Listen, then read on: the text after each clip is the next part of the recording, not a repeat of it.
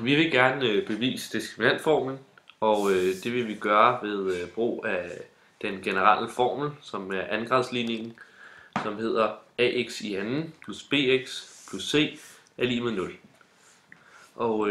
så vil vi gerne starte med at gange med 4a på hver side af lighedstegnet, så det kommer til at hedde 4a parentes ax i anden plus bx plus c parentes slut er lig med 4a gange 0. Og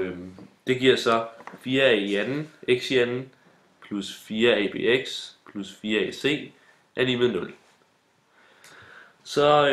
vil vi gerne gå videre til næste skridt, som er at lægge b i anden minus 4ac til på begge sider, så det kommer til at hedde b i anden minus 4ac plus 4a i anden, x i anden, plus 4abx plus 4ac er lige med b i anden minus 4ac. Og som vi så kan se, så er der to af tallene, der går ud med hinanden, som er minus 4ac og plus 4ac. Og den bliver så reduceret til b i anden plus 4a i anden, x i anden plus 4abx lige med b i anden minus 4ac. Og herefter der vil vi gerne ved hjælp af kvadratsætningen reducere ligningen, så den kommer til at se sådan her ud. Parentes 2ax plus b parentes slut i anden er lige med b i anden minus 4ac. Og så vil vi gerne tage kvadratroden på begge af siderne af lighedstegnet, for så kommer vi af med parentesen og i anden roden på venstre side af lighedstegnet, så den kommer til at hedde 2ax plus b er lige med kvadratroden af b i anden minus 4ac.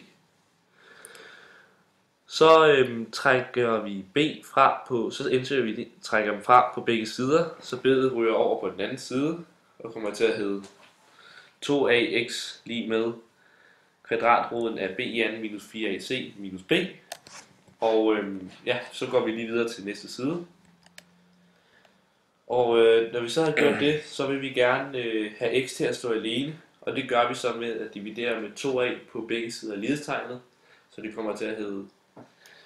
x, fordi at 2ax divideret med 2a giver x er lige med kvadratroden af b i anden minus 4ac minus b divideret med 2a. Og som vi så ved, det er at diskriminanten det er lige med b i anden minus 4ac, som stort set er det samme som det står oppe i den forrige vi lige har skrevet. Og derfor så skriver vi til den så går ud, så kan vi så skrive at det sidste at b plus minus kvadratroden af d minus b divideret med 2a er lige med x, som er den formel der fører os videre til næste skridt, men det vil vi ikke vise i dag.